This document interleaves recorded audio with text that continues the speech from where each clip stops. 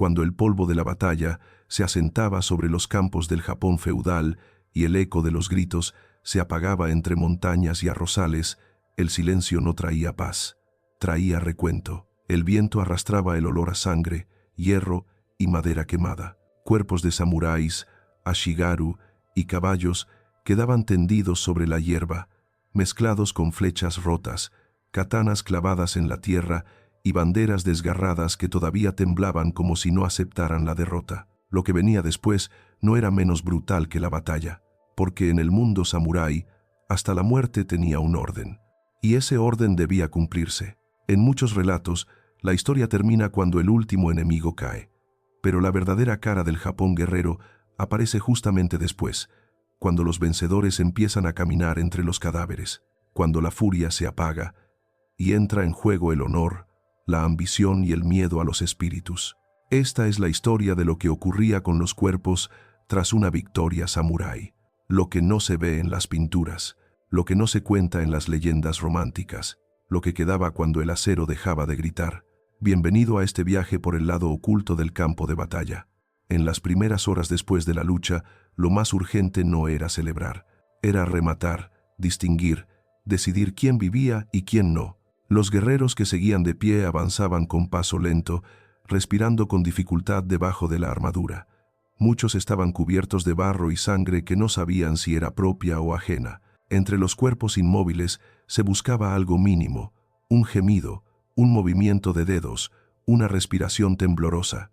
El compañero herido, si pertenecía al mismo clan o al mismo señor, tenía prioridad.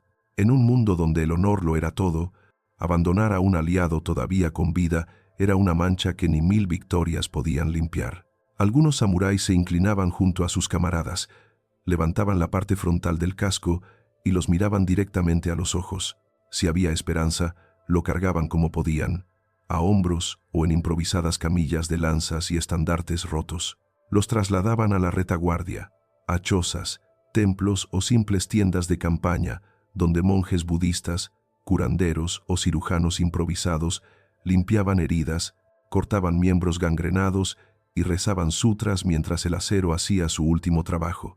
Pero no todos los heridos tenían esa suerte. En el Japón feudal, pedir ser rematado podía ser, paradójicamente, el último acto de honor.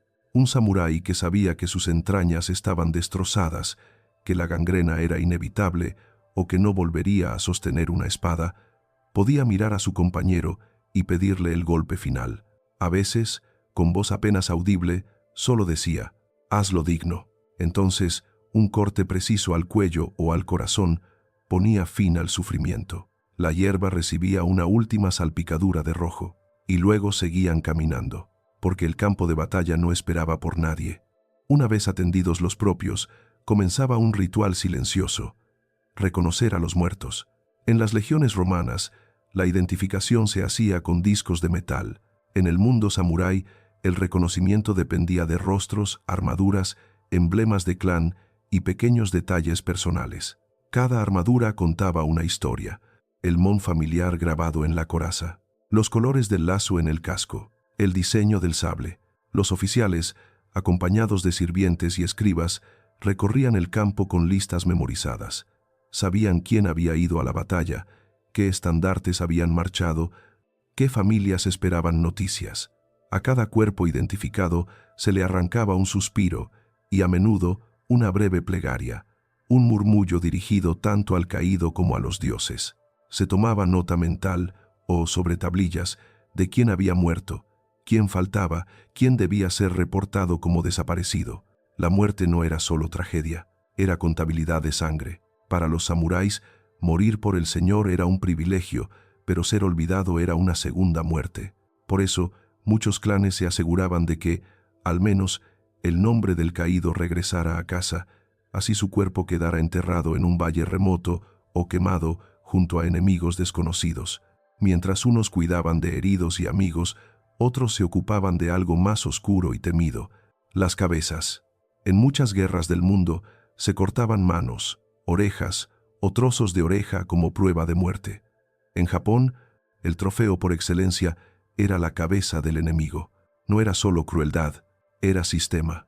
Tomar la cabeza de un rival importante significaba prestigio, recompensa, ascenso. Los señores necesitaban pruebas claras de quién había matado a quién en el caos de la batalla. La cabeza era el recibo de la muerte. Por eso, después del combate, comenzaba la cacería silenciosa entre cuerpos. Samuráis y soldados rasos caminaban con sus espadas limpias, pero listas. Se inclinaban sobre los enemigos caídos, levantaban cascos, observaban rostros. Si reconocían a un general, a un oficial, a un guerrero que había destacado, se inclinaban sin titubeos. Un corte firme, la carne cediendo, el peso de la cabeza cayendo en las manos. A veces, para no gastar más energía, solo se cortaba hasta casi desprenderla y se la terminaba de arrancar con un tirón brutal. El cuello se abría como un pergamino rasgado y la sangre tardía mojaba la tierra que ya había visto demasiado. Las cabezas se acumulaban en puntos designados cerca de la tienda del señor o en un área central del campamento. No se dejaban allí como despojos cualquiera. Se organizaban, se ordenaban por importancia. Los sirvientes lavaban los rostros en cubos de agua teñida de rojo, peinaban el cabello, acomodaban el casco o la cinta frontal. Un enemigo muerto, pero importante, debía presentarse con cierta dignidad ante el señor que lo había vencido. Luego llegaba el momento más tenso, la inspección de cabezas. El daimio se sentaba, rodeado de comandantes. Frente a él, los sirvientes iban presentando una a una las cabezas recogidas. Cada guerrero que reclamaba el mérito se inclinaba, daba su nombre, el lugar del combate, el momento en que había realizado el corte. En muchos casos, un escriba anotaba los detalles. ¿Quién fue el muerto? ¿Quién lo derribó? ¿Hubo testigos? Cualquier mentira descubierta podía costar caro. Atribuirse una muerte que no era propia era insultar al Señor y a la verdad. Y la verdad, en el mundo samurái, a veces pesaba más que la vida. Las cabezas de mayor rango podían ser enviadas a castillos lejanos o incluso a la capital, clavadas en picas o expuestas ante las puertas como advertencia silenciosa. Este es el destino de quien se opone. Mientras tanto, los cuerpos sin cabeza quedaban tendidos, multiplicando la sensación de pesadilla. Torsos abiertos, brazos separados, armaduras aplastadas. El campo de batalla parecía un jardín torcido de estatuas rotas, pero no todo eran trofeos y registros. También había miedo, un miedo que iba más allá de la política y del poder. El miedo a los espíritus. La cultura japonesa siempre ha tenido una relación profunda con la idea de que la muerte deja algo atrás. No solo un cuerpo. Deja rencores, deseos truncos, voces que no se apagan. Los muertos violentos, los que no recibían ritos adecuados, podían convertirse en espíritus vengativos, almas incapaces de cruzar al otro lado. Después de una batalla, muchos samuráis no temían tanto a los enemigos vivos como a las almas que acababan de enviar al más allá. Por eso, cuando el recuento terminaba, cuando las cabezas importantes habían sido separadas, llegaba el turno de los monjes, de los ascetas, de los encargados de hablar con los dioses. Se recitaban sutras budistas en el mismo lugar donde aún olía a sangre reciente. Se encendían varas de incienso sobre piedras manchadas. Se colocaban pequeñas ofrendas, algo de arroz, unas monedas, un poco de sake. No todo era grande y solemne. A veces, un guerrero se inclinaba en secreto, juntaba las manos frente a un enemigo particularmente valiente, murmuraba una disculpa o un reconocimiento, porque en el combate, hasta el adversario podía ganarse un lugar en el respeto del corazón. En ciertas regiones, al pie de colinas donde murieron muchos hombres, se levantaban pequeñas estelas de piedra, torres de 5 secciones llamadas gorinto, que representaban tierra, agua, fuego, viento y vacío. No se levantaban solo por individuos concretos, sino por la masa anónima de los caídos. Era una manera de decir, no sabemos quién fuiste, pero sabemos que exististe, y este lugar recuerda tu muerte. Sobre la disposición de los cuerpos no existía un único método. El Japón de los samuráis no era un bloque monolítico, sino siglos de cambios, regiones distintas, señores diferentes. A veces se cavaban fosas comunes en las cercanías del campo y se arrastraban hasta allí decenas y centenares de cuerpos. No siempre había tiempo para ritos largos, el calor hacía su trabajo rápido y el olor podía volverse insoportable en cuestión de horas. En otras ocasiones, Sobre todo cuando se trataba de batallas cerca de ciudades importantes, los cuerpos eran quemados. Grandes piras alimentadas con madera de improvisación, armaduras de cuero, escudos quebrados. El fuego se elevaba alto, mezclando carne y hierro en una sola columna de humo que se alzaba hacia el cielo como una acusación muda. No era solo una cuestión de higiene, era también una forma de evitar saqueos de animales, profanaciones, epidemias, pero el trato no era el mismo para todos. Los samuráis de alto rango podían ser recuperados por sus familias, trasladados a templos particulares, cremados con cuidado y con la presencia de monjes que recitaban el nombre del muerto una y otra vez para que el eco llegara al otro lado. Los soldados rasos, los campesinos convertidos en guerreros, los bandoleros reclutados a la fuerza, muchas veces compartían tumba anónima con quienes habían odiado en vida y con quienes jamás sabrían que yacían a su lado. Así de democrática era la tierra cuando se mezclaba con sangre. ¿Y qué pasaba con los enemigos vencidos? Aquí la historia se vuelve incómoda. Si el enemigo era un clan respetado, un rival digno, a veces se permitía que sus propios supervivientes recogieran los cuerpos. Podían llevarse a los suyos, aunque fuera con recursos limitados, aunque solo alcanzara para una cremación modesta o una tumba poco profunda. En esos casos, el gesto tenía doble filo. Por un lado, mostraba respeto, incluso elegancia. Por otro, era un recordatorio cruel. Te permito enterrar a los tuyos porque tú has perdido y yo decido. Sin embargo, cuando se trataba de rebeldes sin legitimidad, grupos considerados bandidos, levantamientos campesinos o ejércitos vistos como inferiores, la piedad se hacía mucho más rara. El castigo no terminaba con la muerte, continuaba en lo que se hacía con el cuerpo. Algunos cadáveres eran dejados a la intemperie como advertencia, sobre todo los de líderes enemigos. Cuerpos colgados en cruces improvisadas, cabezas en picas a la entrada de caminos, restos expuestos frente a puertas de castillos o caminos de montaña. No era solo violencia, era mensaje. Este es el destino de quien desafía el orden. La humillación del cuerpo era también una humillación política, una manera de matar la reputación, de romper la voluntad de cualquiera que pensara seguir ese mismo camino. Aún así, incluso en esa dureza, el miedo a los espíritus no desaparecía.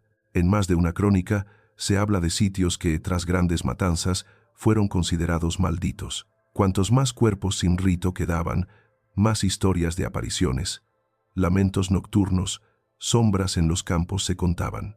La guerra terminaba, pero el horror seguía caminando de noche. El saqueo, por supuesto, también formaba parte del paisaje. Para los armados, el campo de batalla era muerte, pero también botín, armaduras completas, piezas de calidad, sables, lanzas, arcos, carcajes llenos de flechas, cascos decorados con cuernos o máscaras intimidantes. Todo tenía un valor. Un buen juego de piezas podía cambiar la vida de un soldado raso. Los generales y daimios intentaban controlar el saqueo, pero no siempre lo lograban. Había momentos en los que la disciplina cedía ante la codicia. Algunos guerreros cortaban dedos de manos para arrancar anillos más rápido. Otros despojaban a los cadáveres de sus ropas interiores, buscando alguna moneda cosida entre las telas. Los más ambiciosos revisaban una y otra vez a oficiales enemigos, esperando encontrar pergaminos, cartas, algo que pudiera significar información valiosa y recompensa adicional. Pero había un límite invisible. Robar en exceso a los propios muertos, profanar en presencia de oficiales o intentar esconder trofeos valiosos podía costar la vida. El mismo sistema que permitía el botín también castigaba la avaricia descontrolada. El acero podía matar en batalla. La justicia del Señor podía hacerlo después. Cuando la tarea física terminaba, comenzaba otra igual de importante, la pelea contra el olvido. Los romanos lo escribían todo en piedra. Los samuráis lo guardaban en pergaminos, crónicas y en la memoria de los templos. Después de una batalla, especialmente las grandes, se redactaban informes para el Señor Supremo. Se registraban victorias, derrotas parciales, movimientos de tropas, nombres de héroes caídos, cabezas importantes tomadas. En algunos casos, estos relatos se convirtieron con el tiempo en cantos épicos, en capítulos de crónicas de guerra, como las que narran las luchas entre clanes legendarios. Allí, los muertos dejaban de ser números de una lista y pasaban a ser personajes de una historia que se recitaría a futuras generaciones. Las familias de los caídos recibían noticia de su muerte a través de mensajeros o representantes del clan.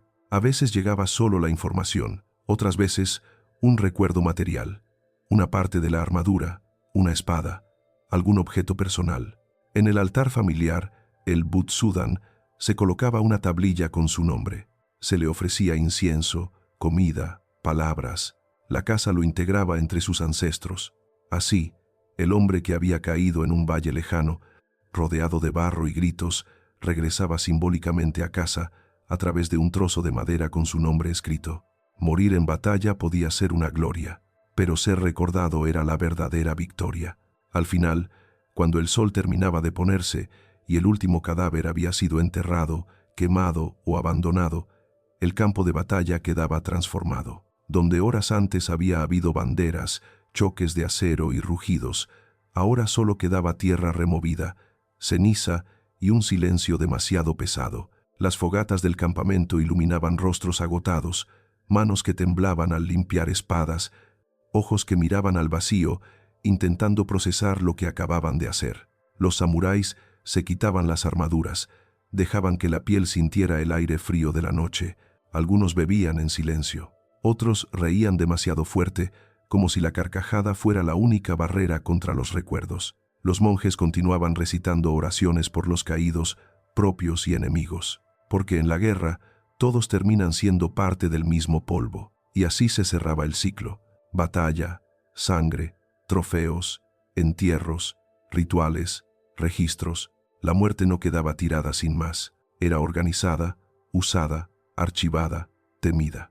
En el Japón de los samuráis, ni siquiera los cadáveres estaban libres del peso del honor, de la política y del miedo a lo invisible. Cuando vuelvas a ver una pintura de una batalla samurái, con sus armaduras brillantes y sus banderas perfectas, recuerda esto. Lo verdaderamente aterrador empieza cuando el artista deja de pintar, porque entonces, en la oscuridad que hay después del cuadro, los vencedores caminan entre muertos y deciden qué ocurrirá con cada cuerpo, con cada cabeza, con cada nombre. Y allí, en ese silencio lleno de cadáveres, es donde la historia se vuelve más humana y también más brutal. Si este viaje por lo que pasaba con los cuerpos tras una victoria samurái te abrió los ojos a un lado de la guerra que casi nunca se cuenta, deja tu comentario con lo que más te impactó y suscríbete al canal para seguir explorando el lado oculto del Japón guerrero. Aquí no solo hablamos de espadas que brillan al sol, aquí contamos lo que ocurre cuando la sangre ya se ha secado y la muerte todavía tiene trabajo que hacer.